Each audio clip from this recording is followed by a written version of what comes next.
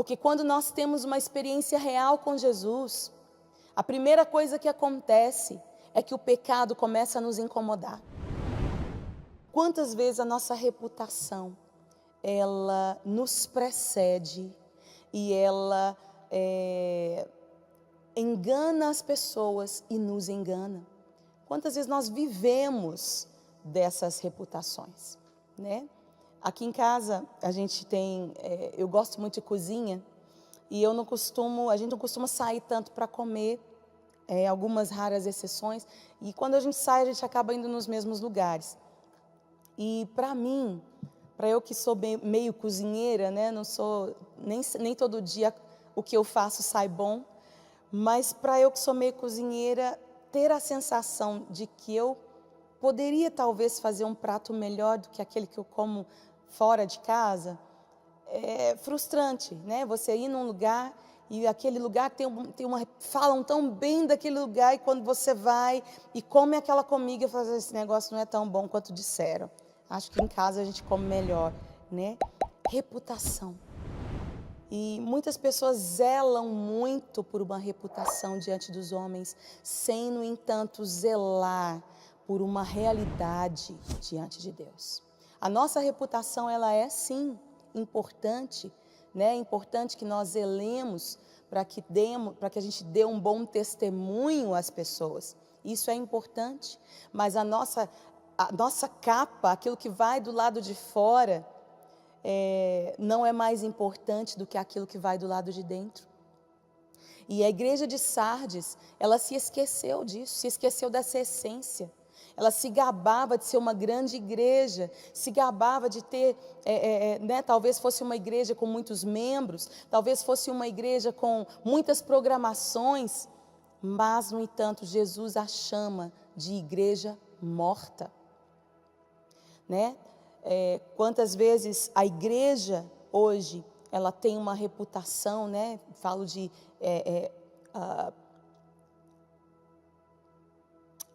denominações e igrejas, grandes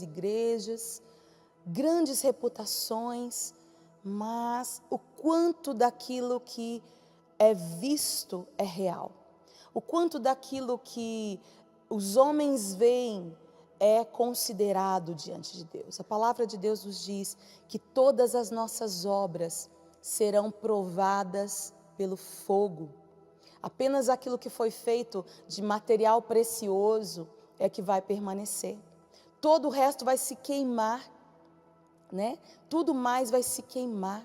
Ou seja, as nossas obras não são tão importantes para Deus quanto aquilo que nós somos diante dele, quanto a nossa conduta pessoal e íntima diante de Deus.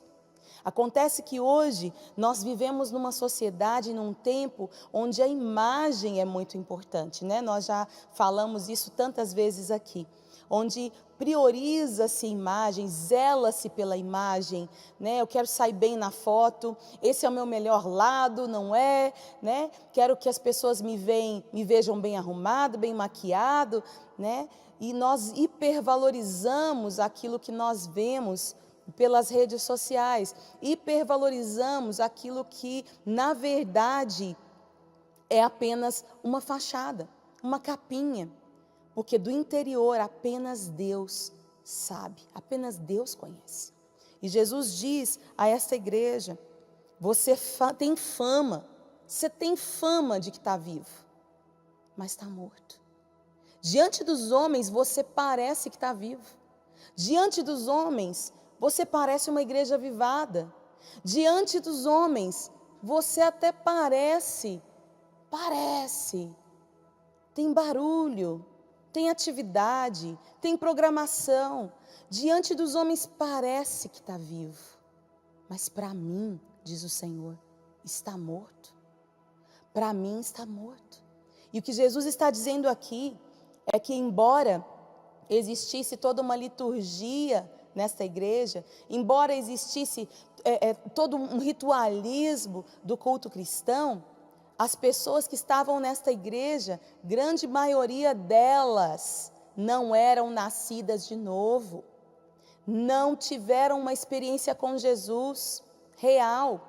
Porque quando nós temos uma experiência real com Jesus, a primeira coisa que acontece é que o pecado começa a nos incomodar.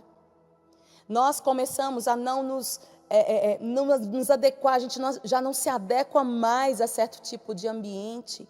A gente já não se adequa mais a certo tipo de atitude. A gente já não consegue mais fazer as coisas. O Evangelho, meus queridos, não é um conjunto de regrinhas que nós seguimos para ir para o céu. Não. Nós vamos por causa da graça, da bondade e da misericórdia de Deus. Mas eu creio que quando nós temos um encontro real com a pessoa de Cristo, o pecado começa a nos incomodar. O pecado em nós, ele começa a gerar desconforto. Nós já não temos mais prazer no pecado.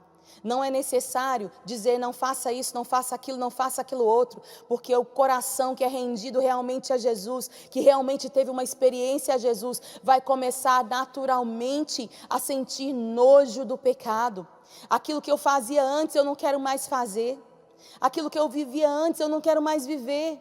Aqueles lugares onde eu ia antes, eu não quero mais ir. Isso são os frutos de um arrependimento real e verdadeiro. Quando nós temos um encontro com Jesus, é isso que acontece. Eu pude viver isso dentro da minha casa, quando eu era solteira. Meu pai, ele sempre foi um homem muito religioso. Ele veio do catolicismo, mas ele vivia um cristianismo que era vazio, e ele era um homem duro, uma pessoa muito sofrida, até o dia em que ele teve um encontro com Jesus. Você pode procurar na internet, talvez você me encontre contando esse testemunho, ou então você pode ler no livro Os Improváveis de Deus, eu conto toda a história lá. E foi tão incrível.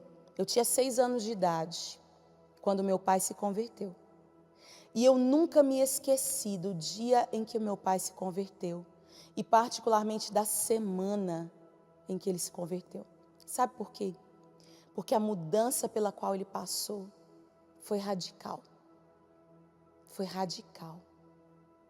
A mudança pelo qual meu pai passou, ela veio de dentro para fora. Foi como uma semente que brotou no coração dele e que rompeu a casca da religiosidade e se tornou uma flor enorme, cheirosa e linda. Porque meu pai, eu me lembro tão bem, me lembro que ele fumava compulsivamente, bebia.